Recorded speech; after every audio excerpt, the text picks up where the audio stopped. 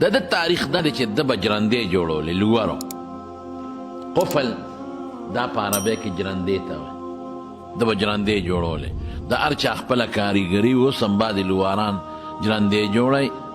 او څوک لرونه جوړی او څوک د اوسپنو کار کوي مختلف څوک ورونه جوړی د به جرندې جوړولې او ډېر زبردست ماهر و نو د هغه زمانې چې کوم بادشاه و د دغې علاقې د ډېر سخي سړی و نیک سړی مو صالح نیک مو سخي مو هغه به خلکو له نیکانو خلکو غریبانانو سره امداد هم کو او د دغې علاقې به دا رواج و چې د بادشاه د دې مدح او د دې شعر و شاعرۍ زمانه وه نو چې چا به هم د بادشاه په حق کې شعرونه جوړ کړل او د هغه صفت به یې وکړه په نعتونه به ورته زه ویم شعرونه نو بادشاه به انعام ورکو او خلکو به هفته و میاشت مخکې ټیم اخیسته نو د بادشاه له جرندې جوړې کړې یو څو داسې جرندې یې جوړې کړې چې په دغه زمانه کې داسې جرندې د چا سره نه وې ډېرې قیمتي اعلی ځکه چې بادشاه له توفه کې وړي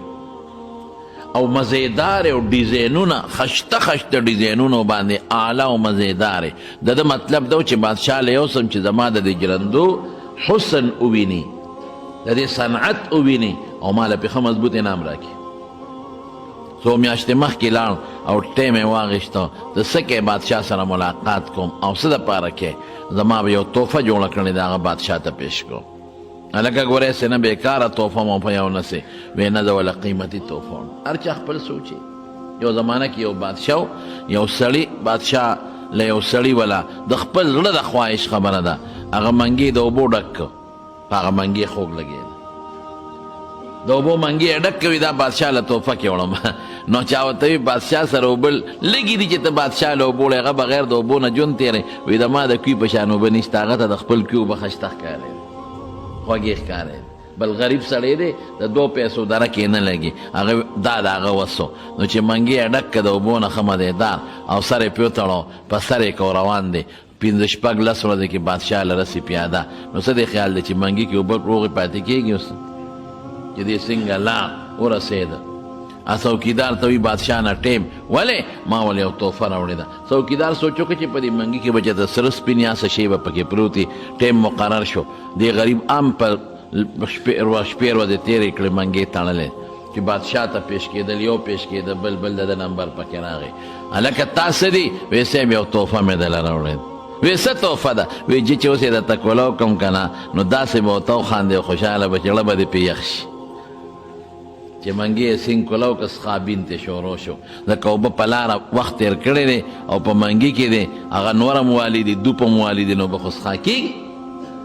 بس نوکرانو را منډې کړې دا څه ګند دی بادشاه له ډېران راوړی دی دا دې ولې څه مصیبت راوړی ډېران بادشاه له څوک ډېرانونه راوړي ګند بدبویي راوړي څه دي دا دې څه پکې اچولی دی بس دی هم غریب نه خولې روانې شو رنګ یې ژړ شو چې خدای دا ما خو اوبه راوړې وې دا خو څښا ډېران دی متیازې دي غول دي اوبه ته بوی ته خېږي بادشاه هوښیار نو دې خبرې تحقیقات پکار هوښیار بادشاه فوري صداګانې نه ورکوي سوچ سره کار کوي فکر سره مدبر څه ته ویلې کېږي دبر رستو یې څه ته وایي چې څوک رستو سوچ کوي النظر فی دبر الشی تدبیر ورته وایي په عربی کې چې څوک په انجام او په نتیجه فکر کوي چې د دې شی نتیجه او انجام بسي اوس مګې ته خو په پنجره کې غوښه پرته ده ښه مزېداره ده خو مګې په نتیجه سوچ ونه کړه چې پنجرې ته به وځم روزم به دې څنګه غوښه به وخورم خشته ده ښکلې ده مزېداره ده د ورتلو لارې هم شته په نتیجه سوچ نه کوي چې دا غوښه وخورم زم به په کمه په کم طرف به وځم نو مګه شي نو هوښیار انسان هغه دی چې یو کار کوي د هغې په نتیجه سوچ کوي چې د نتیجه به څنګه د دې اخر انجام به څنګه او د ټولو نه بهترین اخر انجام خو قبر او آخرت دی نورونو چې کم کار د دنیا کوي نو د قبر او د آخرت سوچ ورسره کوي نو هغه بادشاه هوښیار قابل فوري فیصله جذباتي نو هغه نوکران ته صبر وکړي ورته ویې وروره دا دې منګي کې دې څه راوړي غریب خو په رپېدو ویې صاحب ما خو دا ګن نه منګي خو ستا په سرو مه یېرېږه په اطمینان شه مسافر یې څه دې راوړي ویې صاحب ما په دې کې د خپلې کوي یخې اوبه راغوښتې چې ما بس کړی دی زړه به یې راله یخو زما ښځې بچو بس کړی زړه به یې یخو د محلې خلکو به د دې کوي نه اوبه وړي دونه مزیدارې دي. نو ما باندې د اوبه ډېرې زیاتې خوږې لګېدلې. نو ما وی چې کم شی په ما ښه لګي راشه بادشاه له تحفه کې یوسه. بادشاه سلامت د څه خبر وم چې هغه نه به دا ګن به جوړېږي. بادشاه نوکرانو ته یې اخوا شئ دا منګې توی کې د دې اوبو نه صفې وینځې او د سرو زرو یې وله ډک کې او په سر یې وته کېدې. د ده اخلاص دی زه به خپل اخلاص کوم. د خپل اخلاص وکړه. د دې غریب دغه وس و زه به خپل اخلاص کوم. دې وجې نه رسول الله مبارک فرمایي وی چې چا په جومات کې د چنچڼې د جالې عمره کاره مو وکړه نو زه به دله د دې مثل ورکوم په جنت کې. د دې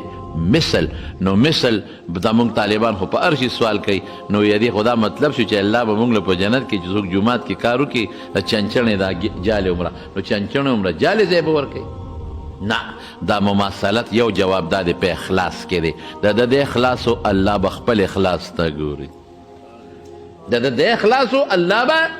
خپل اخلاص ته ګوري. د دې غریب دغه وس و چې نور وس یې نه کېده لږ غوندې یو لیش دی په جومات کې جوړوم الله به خپل وس ته ګوري د دې مقابل چې زه څومره الله وس بیا ډېر زیات دی. نو بادشاه ته ګوره که نه وایي زما د دغه اخلاص و زما د دې اخلاص بچې وې که چاټی دې په سر راوړی و نو چاټی به دې نن ډکه وړه که خوم دې راوړی وې نن به دې خوم ډک وړه ستا دغه اخلاص ورته یې ډک که. نو دا به پخوانو بادشاهانو له خلکو به دا څیزونه وړل او پرې خوشحالېده. نو نوم یې ولیکه خشته جرندې اعلی قیمتي ډیزایني جرندې یې جوړې کړې دی قفال. او چې سنګ لاړ دروازو انتظار د میاشتو یو که دربار ته په خپله نیټه لاړ.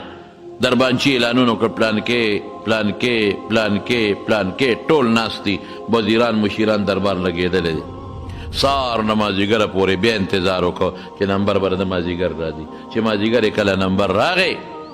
او دی یې راوغوښته نو بادشاه ورته وی څه شی څه تحفه ده؟ وی صاحب زه خو جرندو جوړولو والی یم او تاله مې دا یو څو جرندې جوړې کړي دي. چې بادشاه وکتل ډېرې خشته وې ډېرې مزېدارې. هلکه دا خو ډېرې خشته جرندې دي جوړې وی صاحب دې ډیزاین ته مه ګوره نقش و نګار ته مه ګوره خو دا داسې جرنده ده چې دا کومه چابي درکم په دې به کولاویږي. د دې نه د دنیا انجینران دې راشي او لواران دې راشي او ګوتې دې پکې وایي څوک دې کولاوي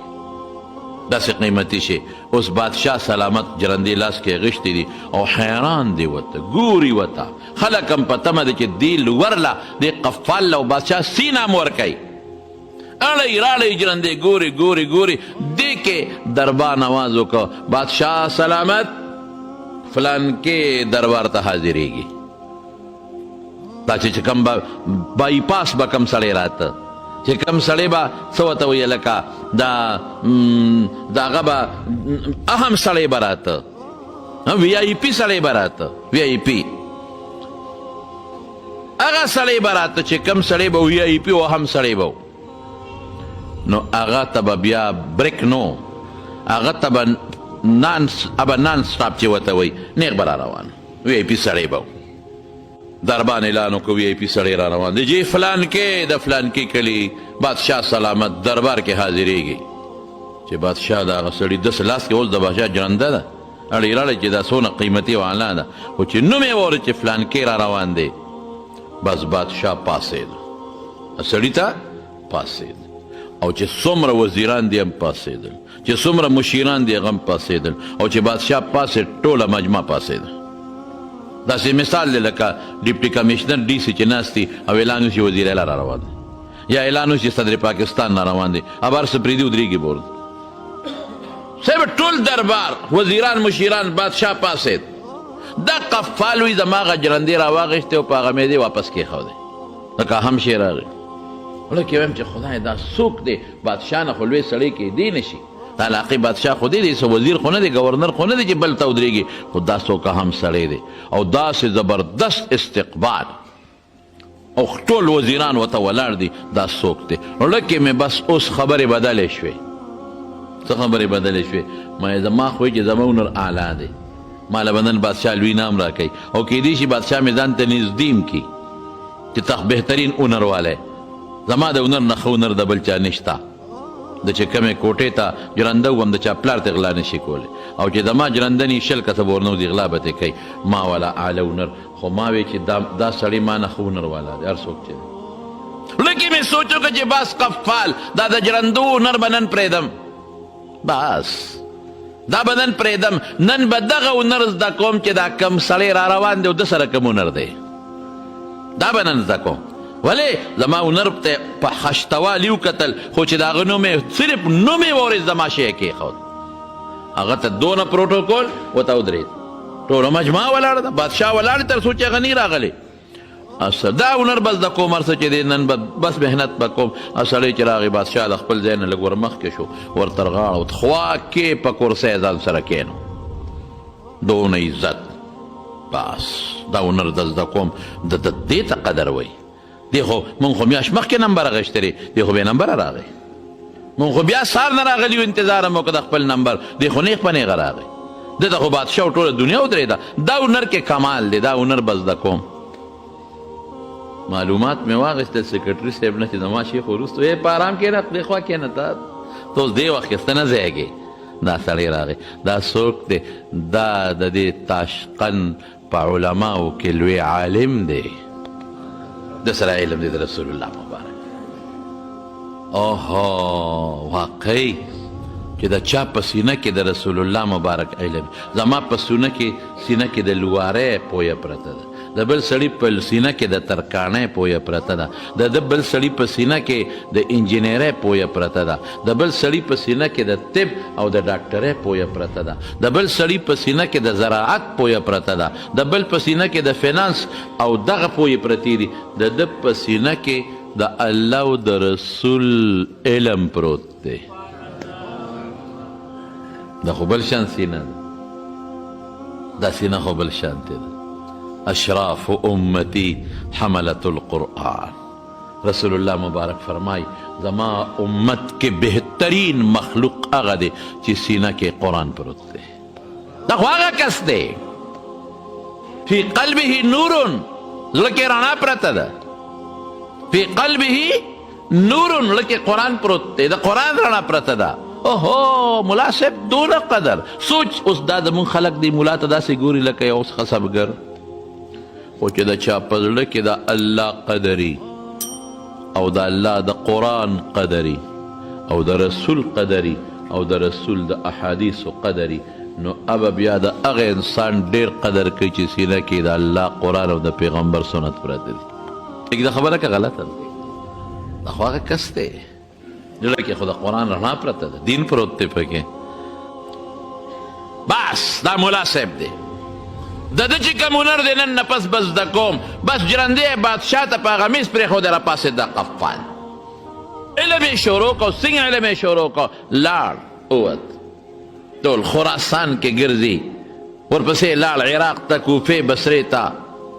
ورپسې لاړ مکې مدینې ته شام ته مصر ته الله پاک د امام شافعي رحمت الله علیه د مسلک د زمانې یو ډېر لوی محدث مفسر فقیه اصولي او مجاهد عالم ته الله پاک جوړ کړ داسې ملا ته خدای جوړ کړ محدث کبیر او شاعر مشاعر ریحانة الادب به ورته وي چې دا د علم ادب کشمالو او سخیم ډېر زیاتو امام نووي لیکلی دی د مسلم شارح دی محشر هغه وایي چې کله جهادو د رومیانو خلاف نو دی قفال به په خشته اوازونو خپل شعرونه وی او د رومیانو خلاف په مجاهدینو کې به غیرت او جذبه پیدا کوله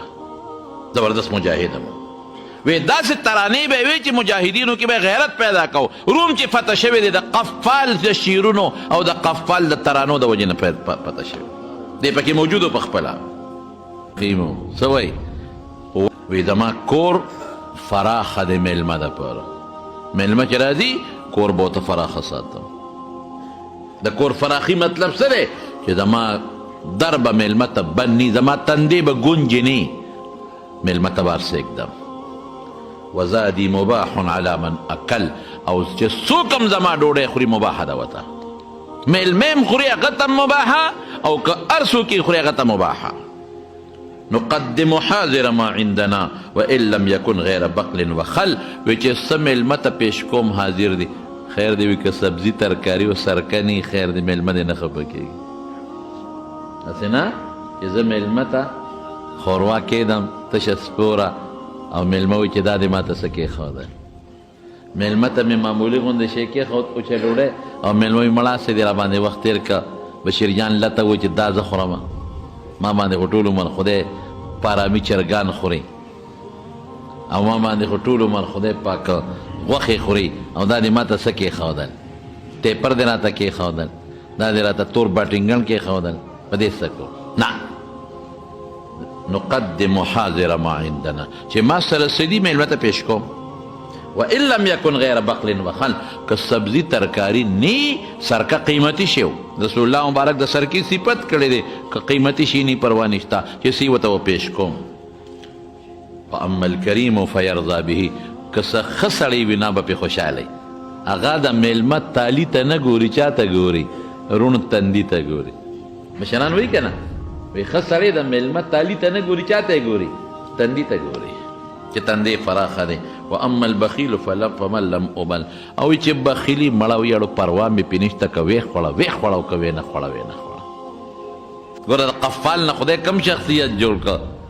لوار دی خو چې علم یې زده که الله ته هغه شخصیت جوړ که هغه شخصیت چې واپس خپل وطن ته راغی نو بادشاه ورته بیا په لارو کې استقبال کوي یا ورته د میاشتو موقع نه میلاوي یا بادشاه ورته په لارو کې استقبال کوي او چې راځي نو بادشاه ورته حضرت درخواست کوه تر حکم کوه حکم زه درنه درخواست کوم څه شی پکار دی وی بس جومات مدرسه پکار دی بادشاه ځای ورکړه جومات یې ورته جوړ کړه غټه مدرسه یې ورته جوړه کړه او ډېر په تاشقند غوندې ځای کې قیمتي ځای کې ورته ځای ورکړه بادشاه ته خوا کې به بیا ناست و دا یې سړی ته خدای جوړ د اصول فقه لوی عالم د اصول فقه لوی عالم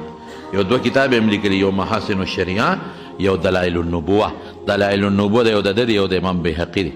دم لیکلی دی په هغې د رسول الله مبارک په معجزات